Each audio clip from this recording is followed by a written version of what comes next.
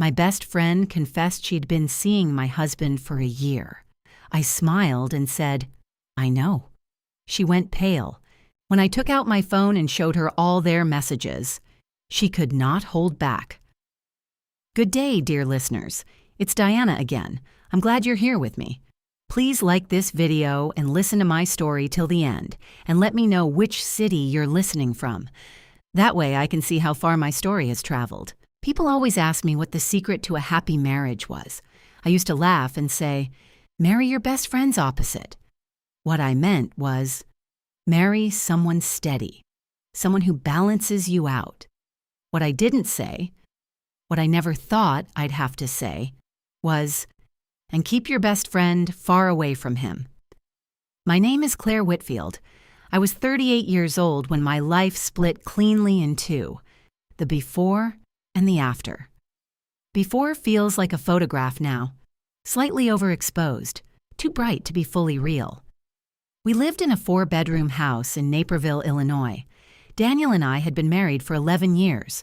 We had a golden retriever named Chester, a vegetable garden neither of us properly maintained, and a life that looked from the outside like exactly what it was supposed to be. Daniel was a project manager at a civil engineering firm, reliable, organized, allergic to conflict. We met at a friend's dinner party, got engaged after 2 years, married in September on a day when the trees in the park had just begun to turn orange. We weren't the kind of couple who finished each other's sentences. We were the quieter kind. The kind who sat in the same room reading different books and felt perfectly content, or so I believed. Mara Santos had been my best friend for 14 years. We'd met in grad school, bonded over bad coffee and worse professors. She was Puerto Rican, sharp-tongued, brilliantly funny, the kind of woman who walked into a room and immediately became its center of gravity. She was my maid of honor. She was the first person I called when I had a miscarriage at 34. She was, I believed, the person on this earth who knew me best. What a thing to be wrong about. The first signal came in March, about 14 months before everything broke open. I noticed it the way you notice a splinter. Not immediately, just a faint, persistent irritation that you can't quite locate. Daniel had started going to the gym on Tuesday evenings. Nothing strange. He'd always been the type to move through fitness phases. A few months of running, a few of weights, then nothing for a year. So when he announced he was getting back into it, I didn't think twice. But then I noticed he showered before leaving, not after. I filed it. Didn't say anything. I told myself I was being paranoid, the instinct of a woman who'd read too many cautionary Reddit threads. But something else started collecting in the back of my mind, like dust in a corner you try not to look at. Mara started canceling our Thursday dinners. We had a standing reservation at a Thai place on Main Street, had for almost 6 years. She'd cancel with perfectly reasonable excuses, a work deadline, a migraine, her sister visiting from Miami, each one plausible on its own. Together they formed a pattern I didn't want to name. I remember one evening in April, Daniel came home and left his jacket on the kitchen chair, something he never did. He was meticulous about hanging things up. I picked it up to hang it myself. There was a faint smell. Not perfume exactly. Something musky and warm, like the interior of someone else's house. I hung up the jacket. I went to bed. I stared at the ceiling for a long time. By June, there was a new habit. Daniel kept his phone face down, always, on the kitchen counter, on his nightstand, on the coffee table. A small thing, an absurd thing to fixate on, except that I remembered, with sudden, almost physical clarity, that he had never done that before, not once in 11 years. I didn't confront him. That surprised me later, looking back. But the truth is, I was afraid. Not of what he might say, of what I already knew and wasn't ready to hear in words yet. And then came the day in September. Mara and I were at her apartment, sitting on her couch with glasses of wine, the way we had 1,000 times before. She'd been quieter than usual, picking at the label on her bottle, and I'd assumed she was just tired. Then she put her glass down. She looked at me with an expression I can only describe as rehearsed, like she had practiced this face in a mirror. "Claire," she said, "I have to tell you something. I've been seeing Daniel for almost a year now. I'm sorry. I couldn't keep lying to you." The room didn't spin. My heart didn't shatter. What happened was much stranger. Everything went very still, and I felt something settle inside me, like a key turning in a lock that had already been picked. I looked at her. I smiled. "I know," I said. The color left her face so fast it was almost fascinating. She opened her mouth, closed it. And before she could reassemble herself into something coherent, I reached into my bag, pulled out my phone, and turned the screen toward her. Every text message, every late-night call, every deleted thread I had recovered. 3 months of documentation, organized by date, backed up in 3 separate places. Mara stared at the screen. Her hands were shaking slightly, and for the first time since I'd met her, in 14 years of friendship, she had nothing to say. I drove home from Mara's apartment in complete silence. No music, no podcast, no voice in my head narrating what had just happened. Just the highway lights sliding over the windshield one by one, the hum of the engine, and Chester's leash sitting on the passenger seat because I'd planned to walk him after dinner. Daniel was in the living room when I got home. He was watching television, something with helicopters, and he looked up and smiled the way he always did, the automatic, reflexive smile of a man who had learned that greeting your wife when she came home was simply what you did. I smiled back. I said I was tired. I went upstairs. I sat on the edge of the bathtub for 40 minutes. The math was brutal when I finally let myself do it. 11 years of marriage, 14 years of friendship, a mortgage in both our names, a joint savings account, his name on my car insurance, my name on his gym membership, which I now understood with bitter clarity was not a gym membership at all, or at least not entirely. I thought about the miscarriage and how Mara had held my hand in the hospital waiting room while Daniel parked the car, and I thought, was she already sleeping with him then? I didn't know. I still don't. Some questions, I've learned, are better left unanswered. What I did know, what I understood with a coldness that surprised me, was that I had 2 choices. The first was to do what a devastated woman is expected to do: collapse, confront, cry, beg for an explanation, accept a partial apology, enter couples counseling, and spend the next several years wondering whether the reconciliation was real. I had watched other women do this. I understood the impulse. Grief makes you want to hold on to anything that feels familiar. The second choice was to be strategic. I chose strategic. The fear came later that night after I'd made the decision. It arrived not as panic, but as a slow, cold recognition of everything that could go wrong. Daniel was not a violent man, but he was conflict-averse in the way that sometimes tips, under pressure, into something unpredictable. Mara was sharper. She was the kind of person who, backed into a corner, would come out swinging.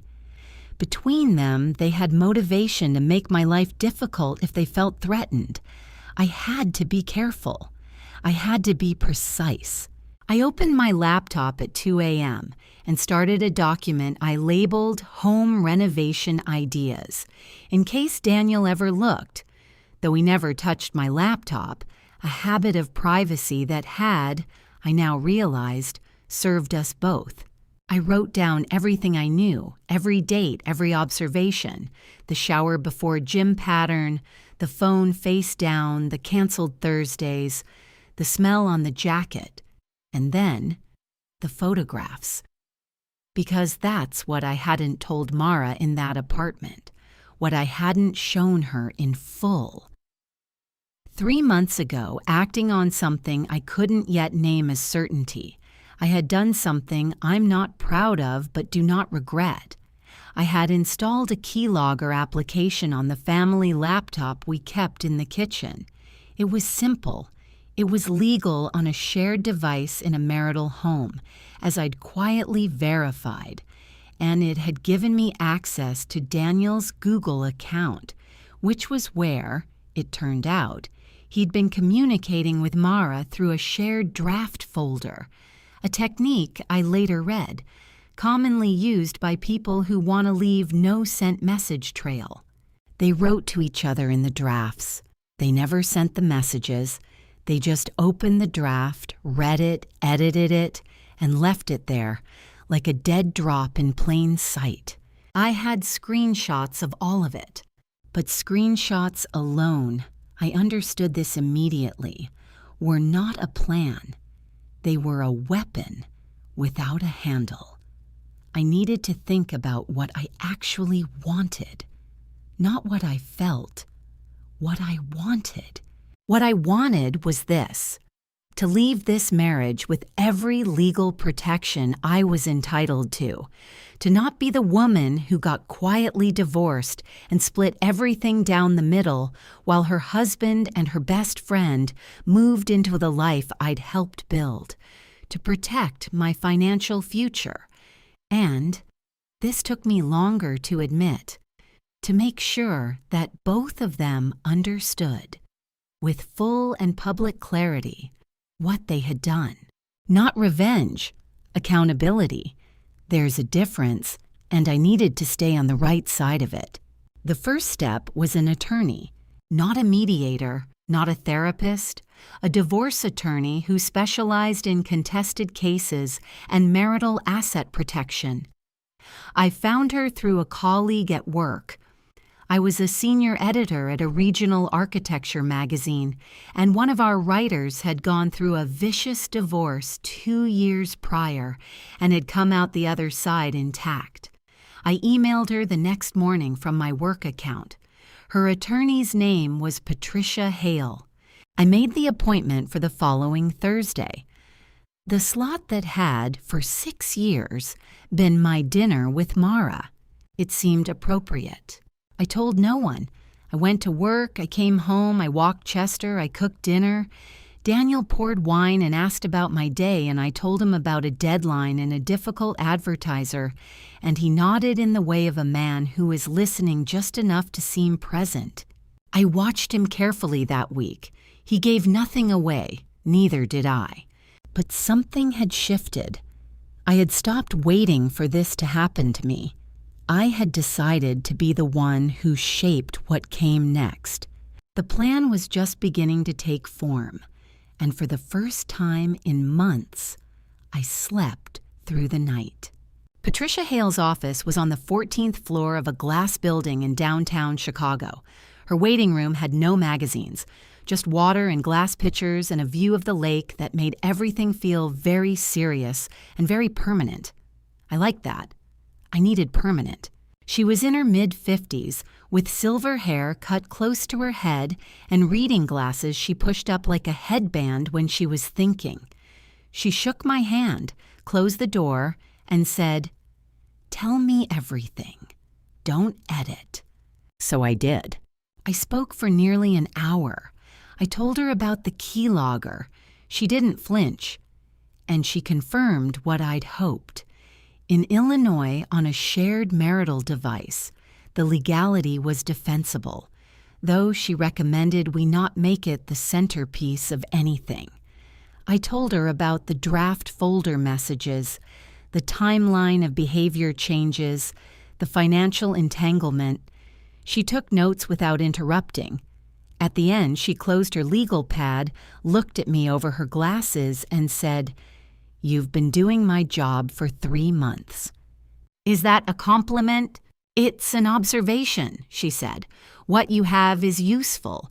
What you need is more. Specifically, something independent of digital access, something a third party can verify." She referred me to an investigative firm she trusted. She was careful about the word trusted.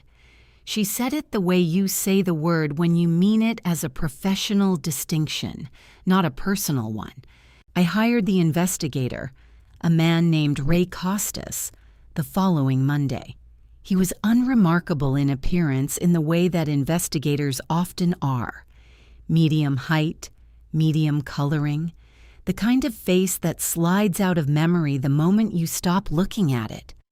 He asked for a retainer, a list of known locations, and Daniel's schedule. I provided all three. For 3 weeks, I went about my life. Then something shifted. It started with Mara. She'd gone quiet after our apartment encounter. No texts, no calls. But on the 3rd week of October, she sent me a message that read, "Hope you're doing okay. Been thinking about you. Can we talk?" I stared at it for a long time. She had never, in 14 years of friendship, sent me a text that felt like a script. This one did. I didn't respond immediately. Instead, I noted the date and time and forwarded it to Patricia. 2 days later, Daniel came home from work and was unusually attentive. He asked if I wanted to go out to dinner. Not the Thai place, he was careful to suggest somewhere new. He refilled Chester's water bowl without being asked. He said, while I was reading on the couch, "I've been thinking we should take a trip. Maybe Vermont, before the snow gets too bad." Vermont. We hadn't taken a vacation together in 3 years. He'd always said he was too busy. I said Vermont sounded lovely. I watched his shoulders relax. I felt sick. They knew something. Not the full picture, again, not Patricia, not Ray, but they had sensed a change in the atmosphere, the way animals sense weather before it arrives. Mara's text and Daniel's sudden warmth were not coincidences. They were coordination.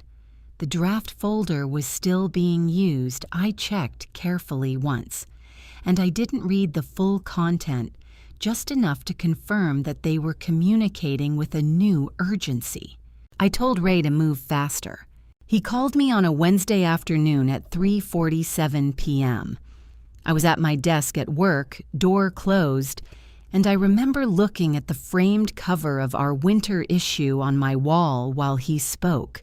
"Mrs. Whitfield," he said, "I have what you asked for." He had followed Daniel to Mara's apartment building on 2 separate occasions. He had photographs, dated, time-stamped, of Daniel entering at 7:14 p.m. and leaving at 10:52 p.m. on a Tuesday, and again the following Thursday. He had photographs of them together in the parking garage of a hotel in Oak Park. Nothing explicit, but close enough. Standing together, touching, a hand on the small of a back. He emailed me the files in an encrypted folder with a password he gave me over the phone. I sat with the photographs open on my screen for exactly 4 minutes. Then I closed the window, sent the files to my encrypted personal cloud storage, and forwarded the password to Patricia. I walked to the office kitchen. I poured myself a cup of coffee. A colleague asked if I wanted to grab lunch, and I said yes, and we talked about a redesign project for 25 minutes, and I ate a turkey sandwich, and I was completely, utterly calm. Because now I had proof that hadn't come from my own hands. A third-party investigator, time-stamped photographs, an attorney who had already begun the paperwork for a petition citing marital fault, relevant in Illinois when arguing for an inequitable distribution of assets. This was no longer suspicion. This was no longer a wife reading between lines. This was a case. The point of no return had been crossed, not dramatically. No slammed doors, no screaming in the kitchen. Just a Wednesday afternoon, a cup of coffee, and the quiet, absolute knowledge that what came next could not be undone. I was ready for that. Patricia filed the divorce petition on a Monday morning in early November. She did it without fanfare. No dramatic phone call to me, just a brief email at 8:43 a.m. that read, "Filed. He'll be served within 48 hours. Be prepared." I read the email in my car in the parking garage at work. I sat there for 10 minutes. Chester would need walking when I got home. I had a 10 a.m. editorial meeting. Life was continuing in all its ordinary, indifferent momentum, and somewhere across the city, a process server was being assigned to deliver a document that would end my marriage officially, on paper, in the eyes of the state of Illinois. I went to my meeting. I said things about fonts and layout. I drank bad office coffee. Daniel was served at his workplace on Tuesday afternoon at 1:15 p.m. I know the time because Ray confirmed it. I was having lunch alone at my desk when it happened, eating leftover soup and reading a manuscript, and I thought, right now, he's reading it. I tried to feel something seismic. What I felt instead was a kind of completion, like closing a book you'd been reading for too long. His call came at 4:30 p.m.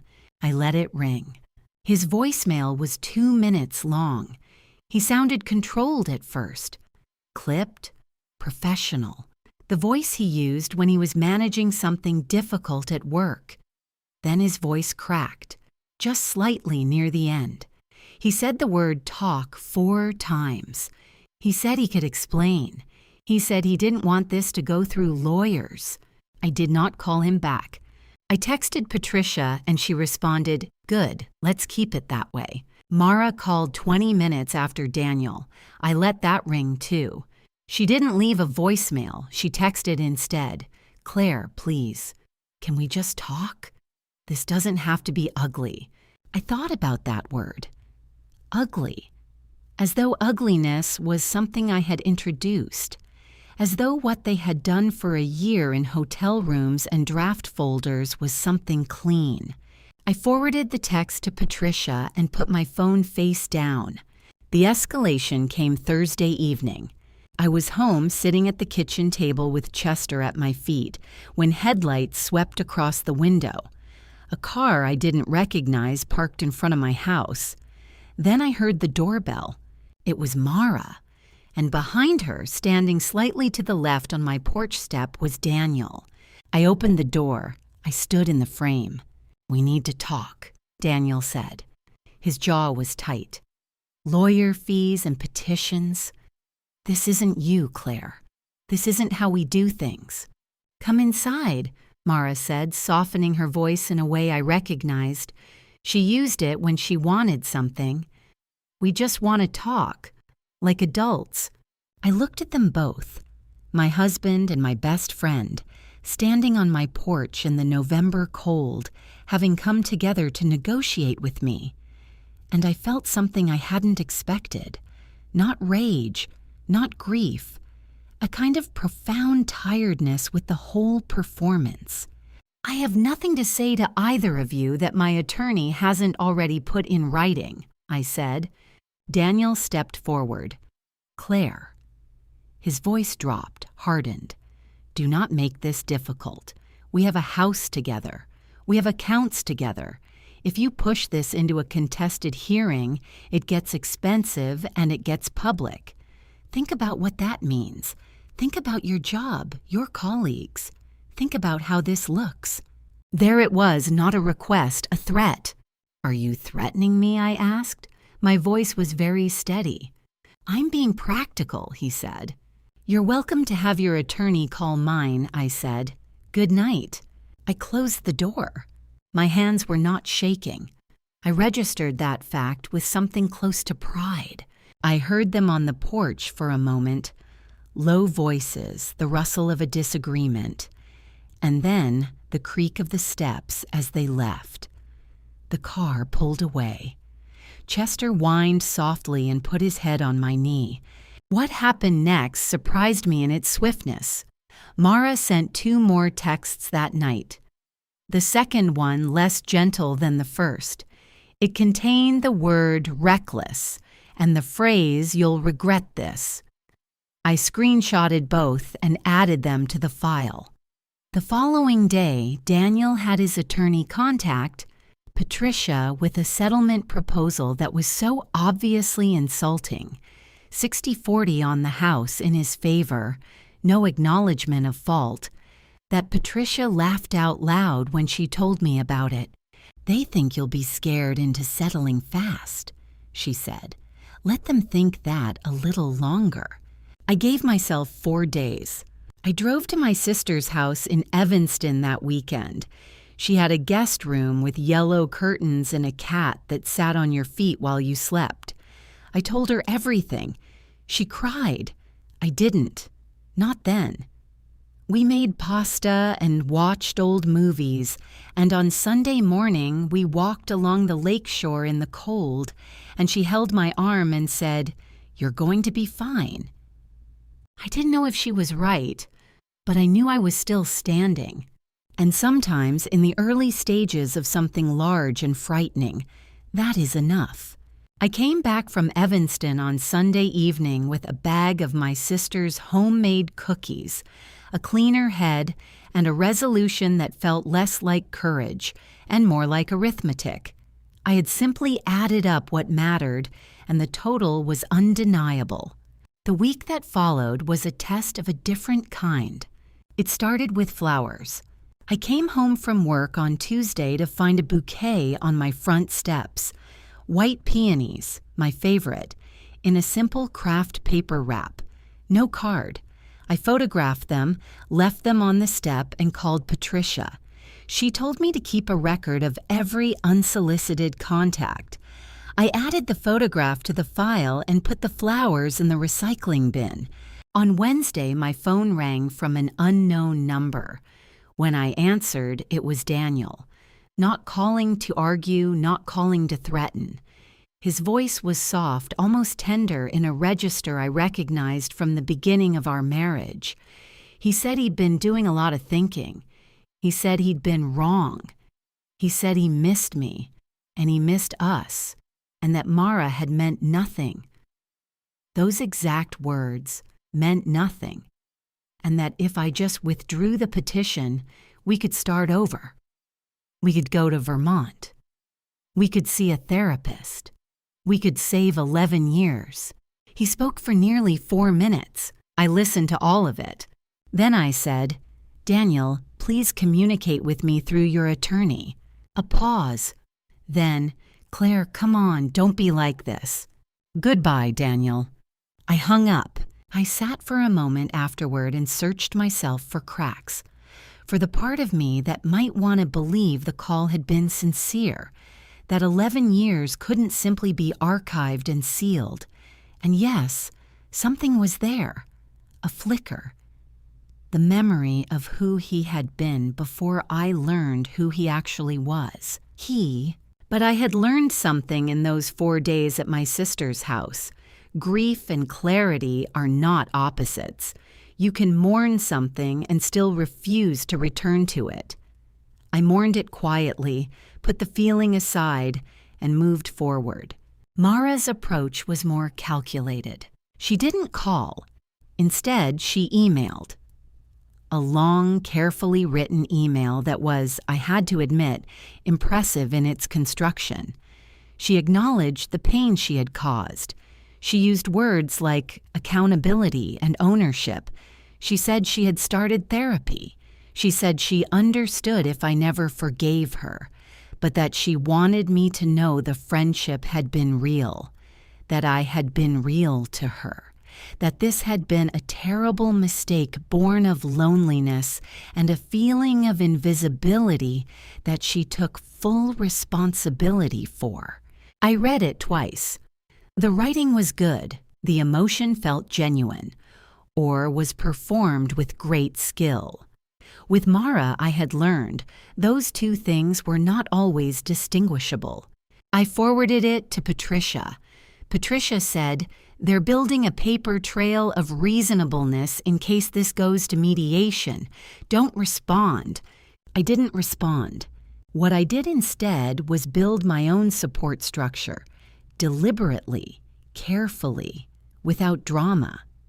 I told my sister everything as I said. I also told one close friend from work, a woman named Diane, who had the rare quality of knowing when to speak and when to simply sit. She came over on a Thursday evening with a bottle of good wine and bad takeout, and we sat at my kitchen table and I talked for 2 hours, and she listened, and at the end she said, "What do you need from me?" Not "what are you going to do?" Not "I can't believe him." Just, "What do you need?"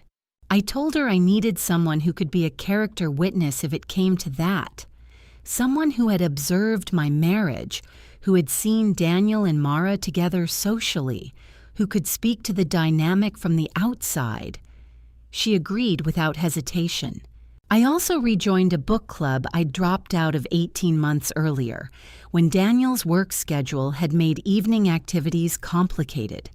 I now understood, with retroactive clarity, what those evenings had actually contained. The book club met on Thursdays at a library 2 miles from my house. The women there asked no difficult questions, offered no unsolicited opinions, and read interesting books. The normalcy was restorative in a way that surprised me. I was not hiding. I was not waiting. I was rebuilding the architecture of my daily life around the person I intended to become, not the person this situation had tried to make me into. Patricia called at the end of that week with an update. Daniel's attorney had made a second settlement offer, slightly more reasonable, but still well short of equitable. She recommended we decline. "They'll keep moving," she said. "They're not ready to go to court." "How do you know?" I asked. "Because if they were ready," she said, "they'd have stopped trying to contact you." She was right. And the fact that she was right, the fact that my resolve was functioning as leverage, gave me something I hadn't felt since before March, before the gym schedule and the face-down phone and the faint smell on a jacket. It gave me the feeling that the ground under my feet was solid. It was a Saturday in late November when they came again. I was in my kitchen making coffee, still in my weekend clothes, Chester circling my feet in his hopeful morning way, when the doorbell rang at 9:45 a.m., an hour calculated, I think, for its disarming ordinariness. Who rings a doorbell to intimidate someone at 9:45 on a Saturday morning? They did. Mara stood on the porch holding a paper bag that smelled of bakery. She was dressed carefully, not overdressed, but deliberately put together in the way she always was when she wanted to signal sincerity. Behind her, Daniel stood with his hands in his coat pockets.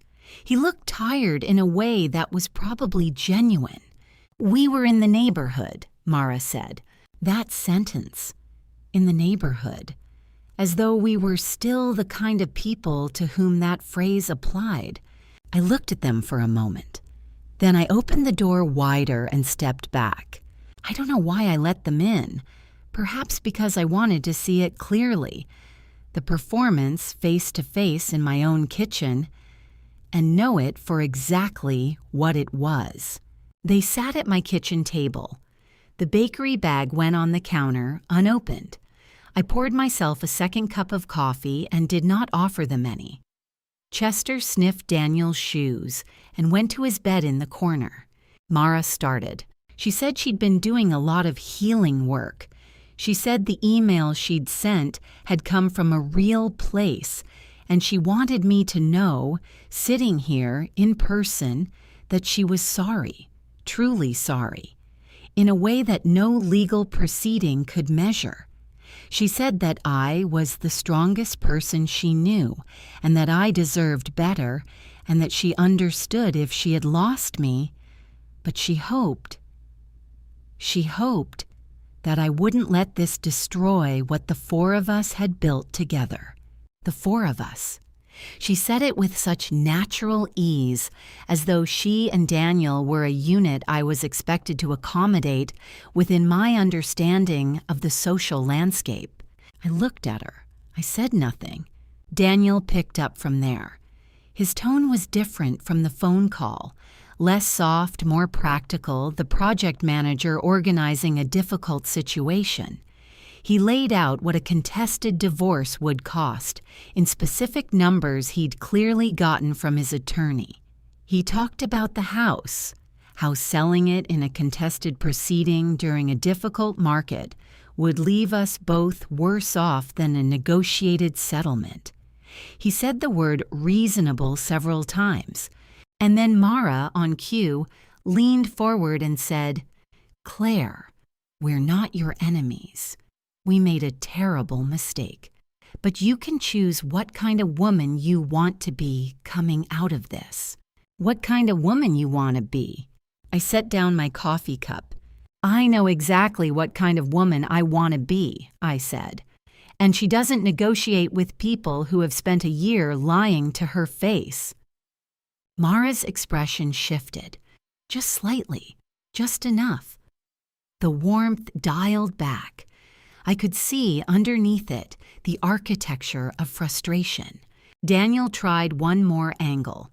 He mentioned that a mutual friend, someone from our social circles, had asked questions. He implied, without stating directly, that if this became public, the narrative wouldn't be flattering to anyone, including me. A bitter divorce, he suggested, reflected poorly on both parties. People would talk. I would be seen as the wife who couldn't hold her marriage together. There it was, the mask slipping. "Get out of my house," I said. "Claire." Now, Mara stood first. Her mouth was pressed into a thin line. She picked up the bakery bag from the counter. She actually picked it up as if reclaiming something, and said very quietly, "You're going to regret how far you're taking this." "I'll make a note of that," I said. I held the door open. They left. I closed it behind them and stood in my hallway for a moment. My hands were trembling slightly. Not from fear exactly, but from the controlled force of having held myself still through something that had wanted to undo me. Mara's last words echoed, and I will not pretend they didn't affect me. They did. A cold ripple moved through my chest and stayed there for the rest of the day. But that evening, sitting with Chester on the couch, I turned the feeling over carefully, the way you turn a stone to see what's underneath. And what I found was this. They had come back. After the petition, after the threats, after the settlement offers. They had come to my house on a Saturday morning with pastries and careful words because they were scared, because I hadn't broken, because the plan was working. The fear didn't weaken me. It told me exactly where I stood. I texted Patricia. "They came to my house this morning. I have a time-stamped security camera log. I'll send the footage." She responded within minutes. "Perfect. That's contact in violation of what we discussed in the interim order. This helps us." I went to bed at 10 o'clock. I slept 6 hours straight, which was 4 more than I'd managed most nights since March. The hearing was scheduled for the second Thursday in December. Patricia had pushed for it with quiet aggression, filing motions that kept Daniel's attorney scrambling and limited the window for further delay tactics. The case was straightforward, she said. Not simple, but straightforward. We had documentation. We had third-party evidence. We had a pattern of behavior, a timeline, and now, courtesy of 2 unannounced visits to my home, a record of unsolicited contact following the filing. We also had the draft folder. Patricia had worked with a digital forensics specialist, discreetly, carefully, to authenticate the screenshots I'd provided and establish their integrity as evidence. The keylogger question was handled obliquely. The specialist had recovered the draft message data through a separate, cleaner method that didn't require us to disclose the keylogger at all. It was legal, it was thorough, and Daniel's attorney didn't know it was coming. I dressed that morning in a dark blue suit I'd bought specifically for this. I drank tea instead of coffee. I drove myself downtown and parked in the same garage I always used for work. The courtroom was smaller than I'd imagined. Procedural divorce hearings in Illinois rarely look like television. There was a judge who wore reading glasses and spoke in the brisk, unsentimental cadence of someone who had heard thousands of marital dissolutions and had stopped assigning them drama they didn't require. There were 2 attorneys, a court reporter, and the 4 of us, me, Daniel, and, seated behind Daniel's attorney, uninvited but present as a material witness on his behalf, Mara. When I walked in, I saw her see me. She straightened. I sat down. The proceedings were methodical. Patricia moved through the documentation with the calm confidence of someone who had organized this precisely. Financial records, property valuation, timeline of events, behavioral evidence, the investigator's photographs, authenticated, entered into record. Daniel's attorney raised objections. They were overruled one by one, with the quiet efficiency of a judge who could tell the difference between legal maneuvering and substance. Then came the draft folder evidence. Patricia presented the recovered messages, a curated selection, enough to establish both the duration and the deliberateness of the deception. The messages spanned 14 months. They discuss logistics. He says she's working late. I can be there by 8. They discuss strategy. She hasn't said anything. I think she suspects, but she won't do anything.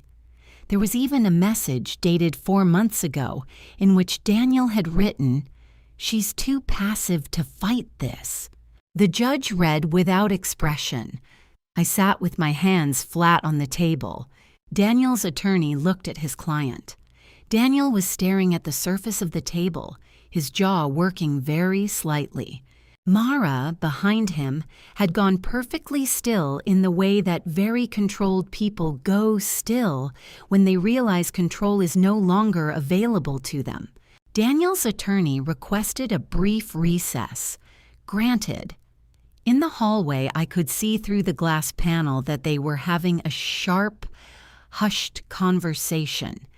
Daniel, his attorney, and Mara, who had apparently inserted herself into their strategy session despite having no standing to do so. Patricia leaned close to me. "He's going to offer a settlement in the next 30 minutes, she said. "Is it going to be reasonable?" I asked. "After what the judge just read, it's going to be very reasonable." She was right. The offer came before the recess ended. 70% of the house equity to me, given the demonstrated fault and the length of the deception, full retention of the joint savings, which I had quietly moved into a protected account 2 months prior on Patricia's advice, his retirement contributions during the marriage, divided equitably, no alimony requested from either side. I looked at Patricia. She nodded once. I accepted. There was no dramatic scene, no raised voices.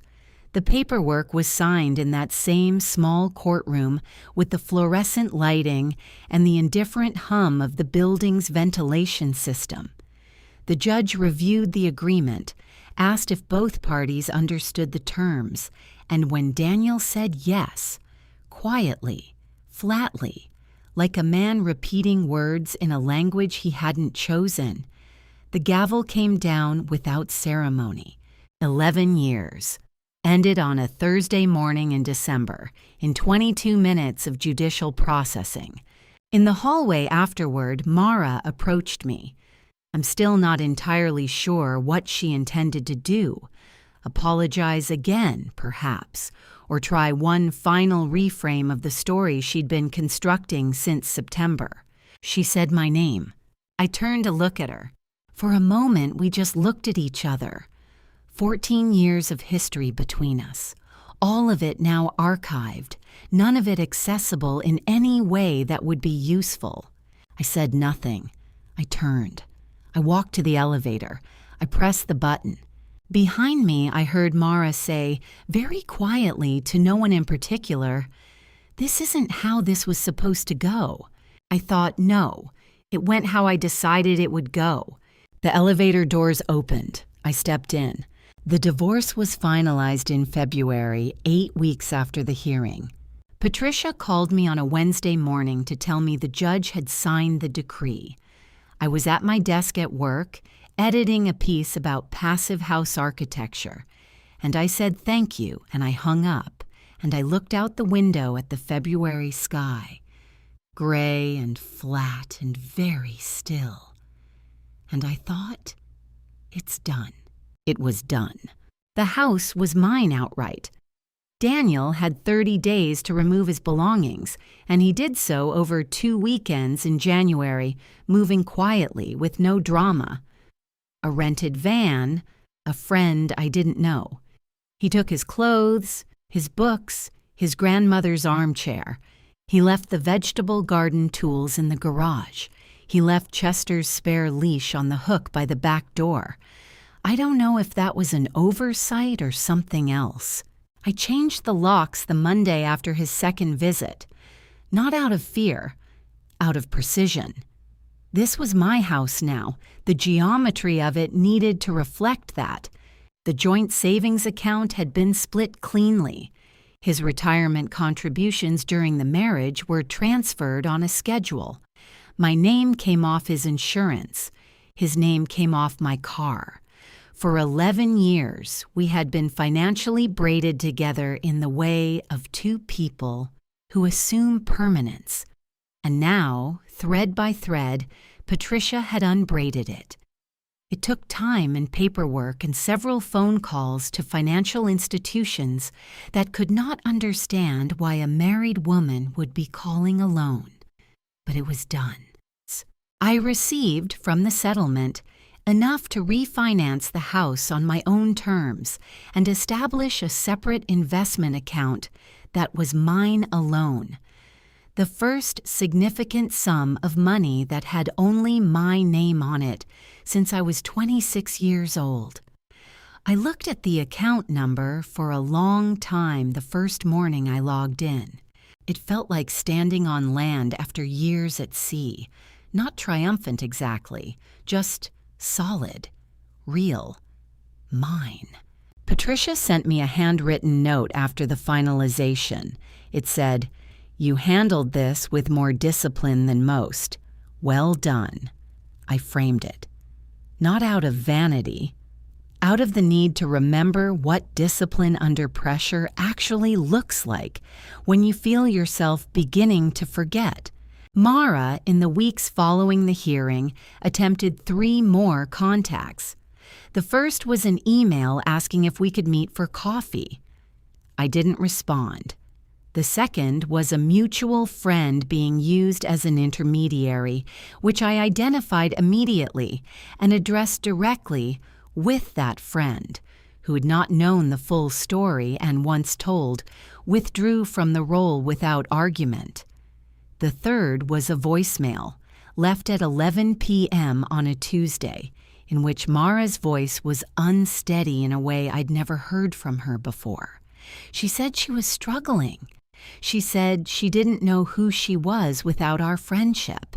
She said she was sorry in a way that sounded finally like she meant it. I listened to the voicemail twice. I deleted it. Not because I felt nothing, because what I felt was not my responsibility to manage.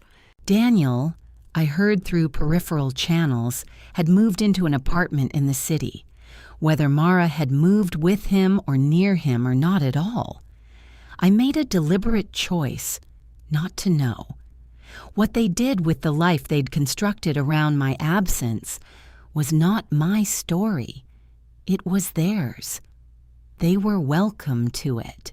What was mine? A house I was rebuilding, slowly and on my own terms. A job I was good at. A dog who loved me with the uncomplicated devotion that only dogs are capable of. A sister in Evanston who called every Sunday. A colleague named Diane who came for dinner on alternating Thursdays and always brought the wine. A book club that asked no hard questions and read interesting books. And something harder to name. A quality of presence in my own life that I had not felt, I now realized, for a very long time. Not since before the phone went face down. Not since before the showers, before the gym. Maybe not even before that. Patricia, at our final meeting, asked me what I planned to do with the resolution. I thought she was asking practically, next legal steps, estate planning, that sort of thing. But then I looked at her and understood she was asking something different. I plan, I said, to live very well. She smiled. It was the first time I'd seen her smile. It suited her. Spring came to Naperville the way it always did. Tentatively, then all at once. One morning in April, I woke to the sound of rain on the window and the smell of wet earth from the garden, and Chester was already sitting by the back door with his ears alert, and I thought, yes, this. I had started a kitchen garden properly for the first time since we'd bought the house. In the 11 years of our marriage, the vegetable patch had been a vague intention, something we meant to get to, something that remained perpetually half-planted and somewhat apologetic. Now I had organized it by season, built raised beds with cedar boards on a Saturday morning in early March, and planted things I actually knew how to cook with. Tomatoes, herbs, 2 varieties of lettuce, a row of kale I wasn't sure I liked but was committed to figuring out.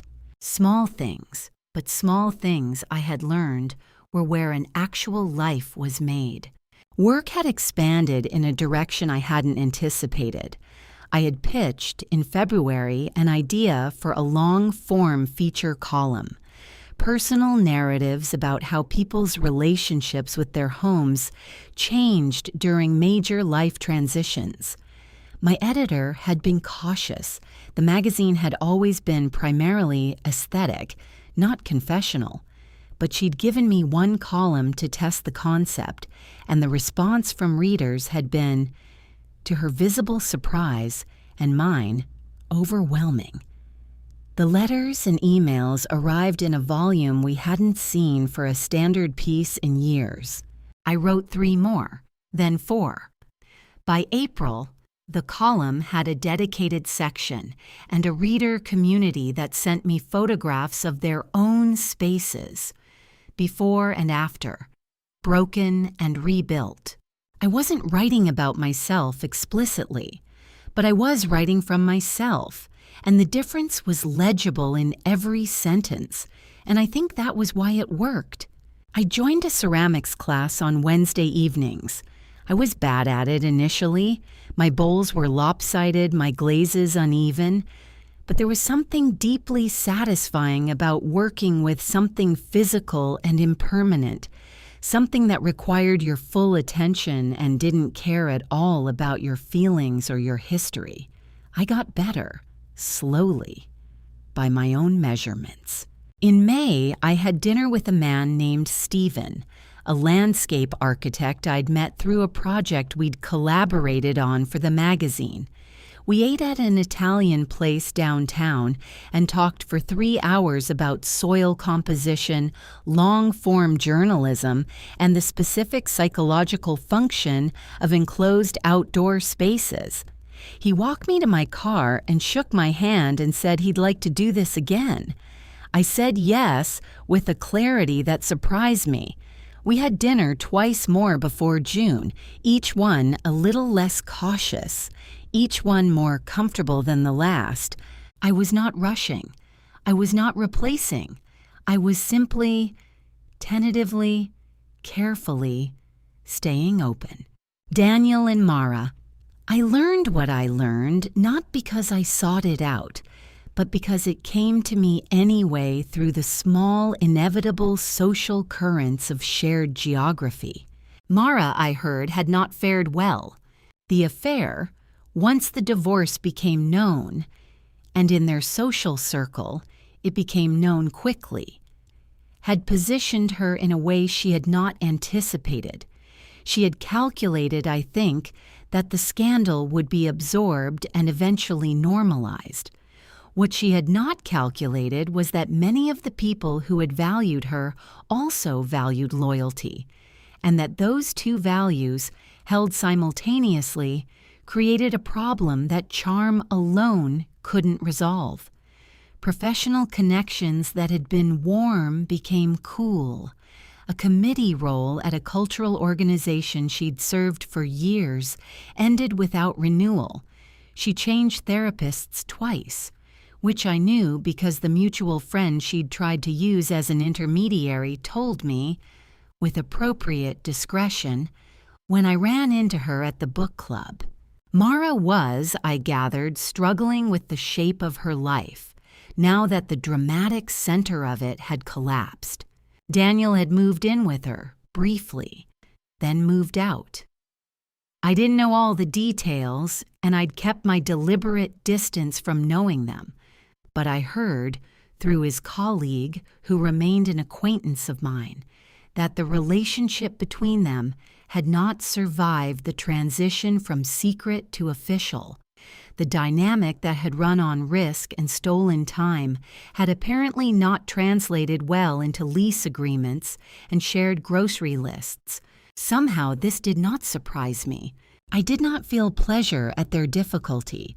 What I felt, which surprised me more, was a kind of distant, uncomplicated understanding. The structure they had built was made entirely of subtraction, of things taken away from someone else, and structures made of subtraction rarely hold their own weight. Mine was made of different materials. Chester developed a taste for sitting in the new raised garden beds, not in the herbs, mercifully, but directly in the lettuce row, with the expression of a dog who believes he has discovered something genuinely excellent. I would look out the back window and see him there, golden and ridiculous and utterly content, and I would feel something I can only describe as uncomplicated happiness. Not the managed, processed kind, the real kind, the kind that doesn't need to compare itself to anything to know it's real. What I learned is this: the most powerful thing a betrayed person can do is stay calm, stay smart, and let the truth do the heavy lifting. Anger is human. Precision is armor. Know your worth before someone else tries to assign you a discount. Now I want to ask you, what would you have done? If this story stayed with you, if you've ever loved someone who turned out to be a stranger, I'd love to hear your thoughts in the comments. And if you haven't subscribed yet, I hope you will. Thank you for listening. Truly.